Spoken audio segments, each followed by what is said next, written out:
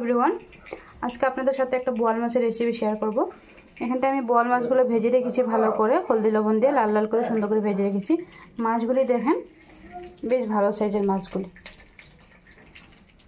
আর এখানটা আমি মশলা দিব, দুটো তিনটা লঙ্কা দেবো, যে যেরকম ঝাল খান, একটু পেঁয়াজ দেবো, একটু আদা দিব আর জিরা দিব। আর এটাকে আমি ভালো করে পেস্ট করব, যাতে পেস্টে কোনো ছাকড়া ছাকড়া না থাকে, পুরো প্লেনভাবে।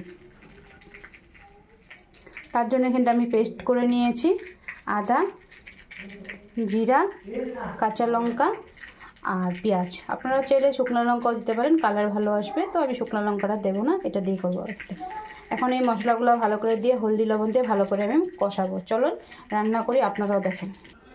তেলটা ভালো করে গরম হয়ে গেছে। এখানে মাছটা ভেজেছিলাম, তার জন্য তেলের কালারটা এরকম আসছে। তার মধ্যে তেজপাতা দিয়ে দিলাম, জিরা ফোড়ন দিয়ে দিলাম, মশলাগুলি সব দিয়ে দিয়েছি, দিয়ে হলদি লবণ দিয়ে দিয়েছি। আপনারা চাইলে একটু চিনিও দিতে পারেন।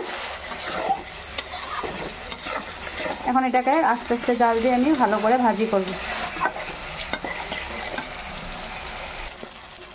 মশলাগুলো আমার মোটামুটি ভাজা হয়ে গেছে, ভাজা তেলে ভাজি করছি, তার জন্য কালারটাও একদম লাল লাল লাল লাল কালো কালো চলে আসছে। আমি মাছগুলিকে দিয়ে একটু একটু করে তারপর এটা আমরা জল দিয়ে দিব।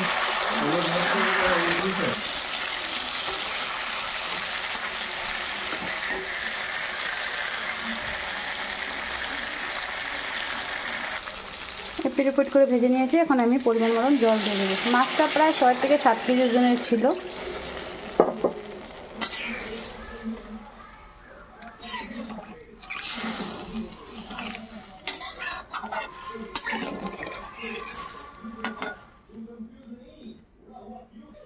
ফাইনালি তরকারি রান্না হয়ে গেছে।